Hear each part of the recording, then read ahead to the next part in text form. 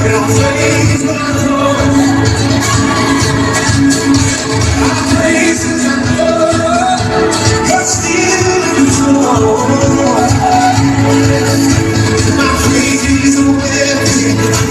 It's worth its time. My praise is the shout that brings Jericho down.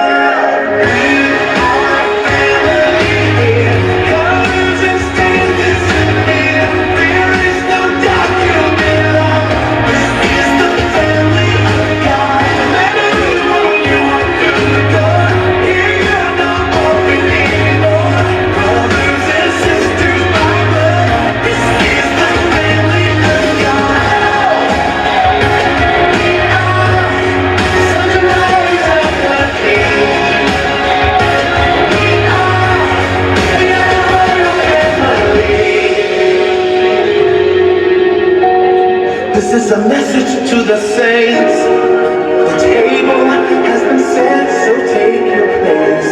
There is no more condemnation, there is only grace. So, child of God, your adoption it is done. Oh, this family is forever, and we've just begun. We are family here. Colors and stains disappear. There is no doubt you belong. This is a family of God. Wherever you are, you are here are no orphan anymore. Brothers and sisters by blood. This is the family of God. We are family here. Colors and stains disappear. There is no doubt you belong. This is the family of God. Wherever you are, you are here are no orphan anymore. Brothers and sisters by blood. This is the family of God. We are sons and daughters of the King. We are the royal family. We are sons and daughters of the King. We are the royal family.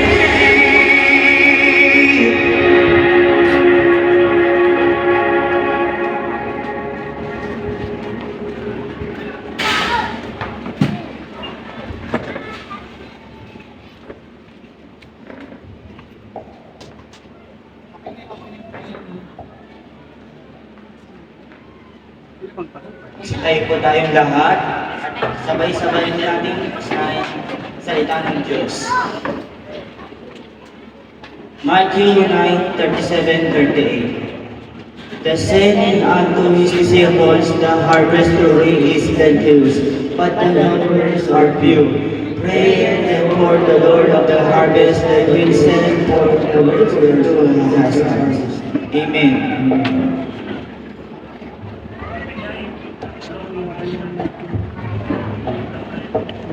Ano yung pinapatang ko na lang ng mic yung ano niya, yung gitara. God is good. We thank God for the for celebrating second year anniversary of Christ Christian Baptist Church. Sabay-sabay po tayo umawit, magpasalamat at magpuri sa ating Panginoong Jesucristo.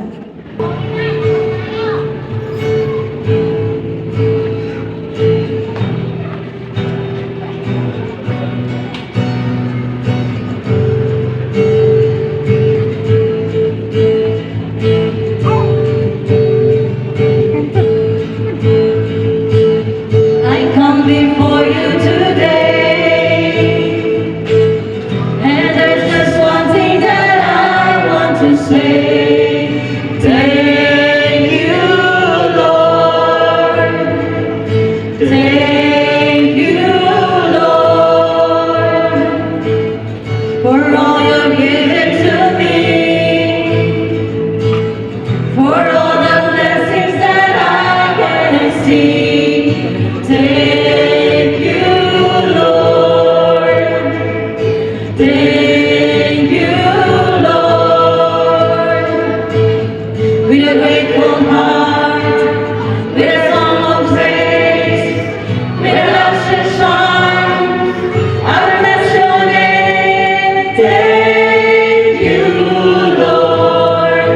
I just wanna thank you, Lord. TV remote. Thank you, Lord. I just wanna thank you, Lord. Thank you, Lord, for all you've done in my life. You took my darkness and gave me your light. Thank you, Lord. Thank you, Lord.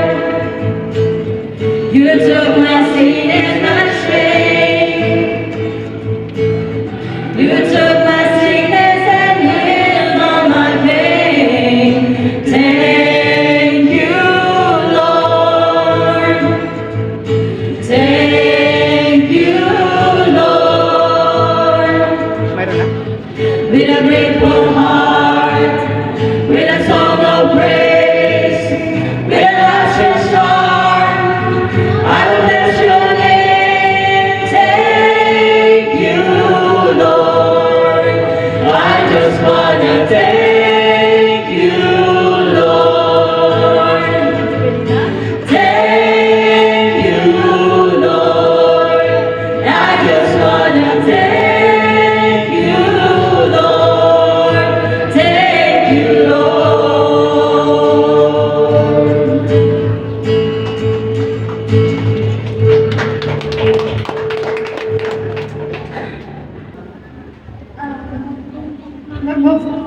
Magandang umaga po sa ating lahat.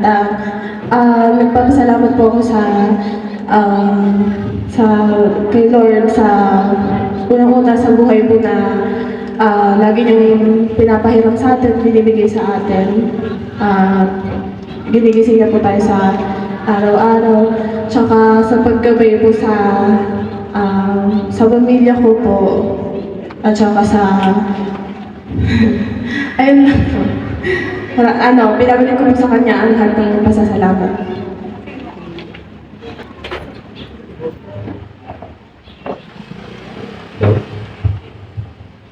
Una sa lahat, gusto ko po magpasalamat kay Lord na lahat po tayo dito nakadating po ng safe. Thank you, Lord. Thank you. Marami pong salamat sa pag-imbita sa amin na may ipagpatuloy niyo po ang mga ganito pong pangyayari. At congrats po sa inyo lahat sa anniversary po ito na may patuloy po tayong i-guide ni Lord at pasalamatan. At marami pong salamat sa lahat. Thank you, Lord. Okay, maraming salamat. Pag sinabing level up, anong naisip nyo? Sino nag-ML dito? Totohanan lang. O, huwag kayong matakot, di ko kaya. Sino nag-ML dito? Ayan, that's about tumataas di ba? Ang number one aim sa ML, para makapatay ka, kailangan mong level up.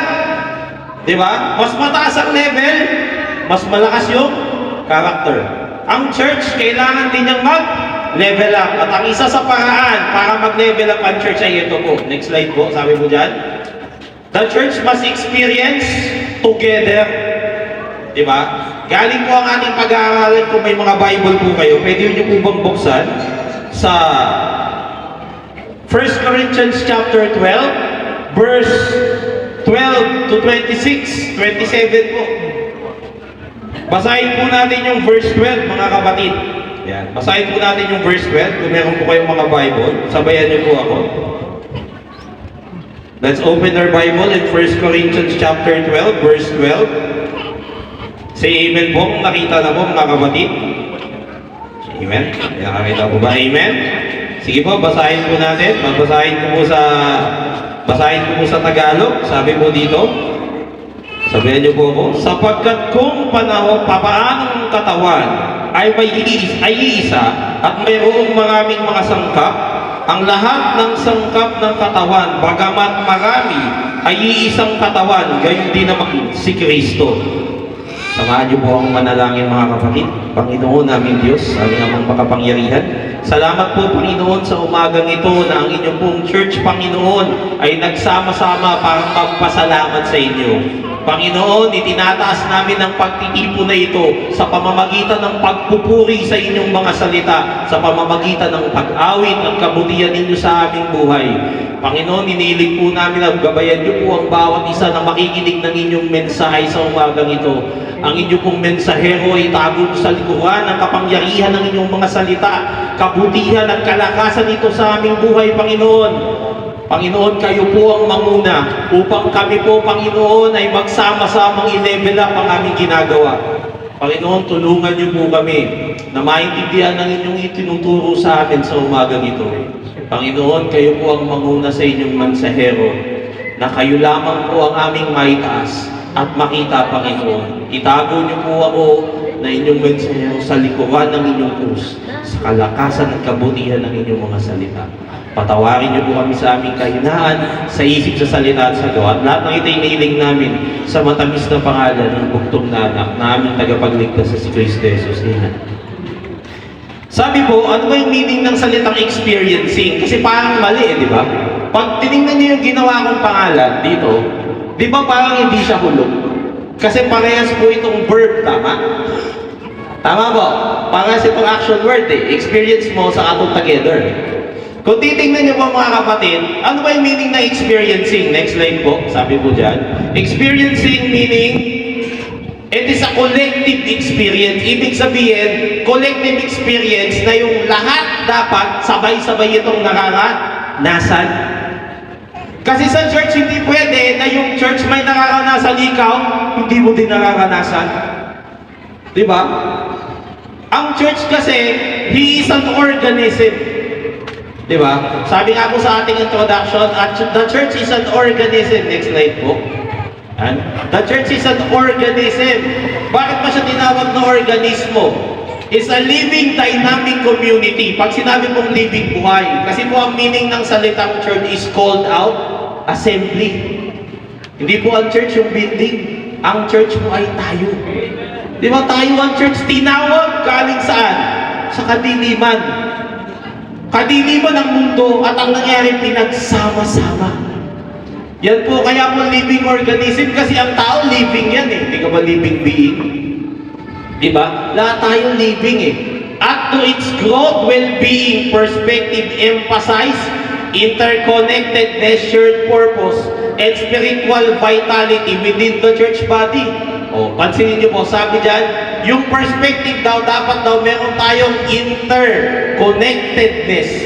Ang church po kasi hindi pwede na hindi siya magkakakonekta. Yan po ang ating pag-aaralan sa umagang ito. Paano ba dapat maging magkakonekta ang bawat isa sa church na sabay-sabay silang nai-experience ang mga bagay na ito? Meron pong 4 na bagay na dapat ma-experience ng church sa umagang ito. Sabayan niyo po ako, napakaganda po kasi ng tinuturo ni Apostol Pablo dito eh. Sa 1 Corinthians chapter 12, tinuro niya mga kapatid, na alin po, na ang church, kung babasahin niyo po yung 12, na ang church ay kagaya sa katawan. At sino po ang head ng church? Sabi po sa Colossians chapter 1 verse 8, and he is the head of the body, the church. Yung church po kasi yan ang katawan ni Kristo. Tayo ang katawan ni Kristo. At ang ulo ng church sino? Ang Panginoong Jesucristo. Who is the beginning, the firstborn from the dead, that in all things He might be preeminent. Siya po yung ulo. Kaya si Kristo, siya ang pinaka nasusunod sa iglesia, pero sa iglesia meron siyang katawan. At yung katawan, yun yung gumagawa. Tama? Di ba? Kaya yung katawan natin, pag pinansin nyo po, magkakakonekta yan, try nyo sumakit ng inyong ipin. Anong kasamang sumasakit ng ipin nyo? Ulo. Pero magkalayo naman sila, di ba? Pero magkakonekta sila. Tama? Pag naipit yung kamay mo sa pintuan, nakakamdaman ba ng katawan mo? Di ba? Kaya nga minsan pag naipit ka, naipit ako sa sa Apex dati. Pagkaipit ko, nanginig ako eh. Kasi po, ang church, sabay-sabay, kagaya ng katawan, sabay-sabay niya na-experience lahat. Ano ba ang dapat ma-experience ng bawat isa sa church? Yan po ang ating pag-aaralan sa umagang ito. Una, na dapat ma-experience ng bawat isa sa church ay alin po? Next slide po. Sabi dyan. Next slide po, sabi dyan. Experience being one with the body. Kung ang church ay ang katawan ni Kristo, dapat ikaw ay kasama nito. Pastor, lahat ba ng tao katawan ni Kristo? Yan ang tanong sa akin eh. Pastor, pag pinanganak ka na ba, katawan ka na ni Kristo? Pag kilala mo pa si Kristo, katawan ka na ni Kristo? Diba? Pag kilala si Kristo, ano mo bang sinasabi ng Biblia? Basahin po natin. Sabi po, sa verse 12 ng ating pinag-aaralan, as for the body is one, and hath many members, yung katawan daw, madaming members, madaming parte. And all the members of the one body, being many, are one body, and also in Christ. Di ba tama naman? Yung mata mo, ikaw yan. Tama po? Ang church, ganun din eh. Sa church, lahat tayo ay membro ng katawan. Kaya nga, sa church, kanya-kanya tayo eh, di ba? Mamaya kapatid, ikaw yung kamay dito sa church. Di ba, si pastor ang nagsasalita. Si pastor din ang mata. Pero yung iba-iba ang gamit eh. Di ba, kaya lahat tayo sa church, tayo ay isang katawan at ang ulo ay si Kristo. Eh, paano ka ba magiging member ng church? Una po, sabi dyan, next slide po. Una, sabi po dyan, we must be a part of the body by, next po. We must be saved by having faith. Yan po yung una. Para maging parte ka ng katawan, kailangan manampalataya ka. Sabi nga po mga kapatid, ito, sa John 3:16, for God so loved the world that He gave His only begotten Son, and whosoever believe in Him should not perish and have everlasting life.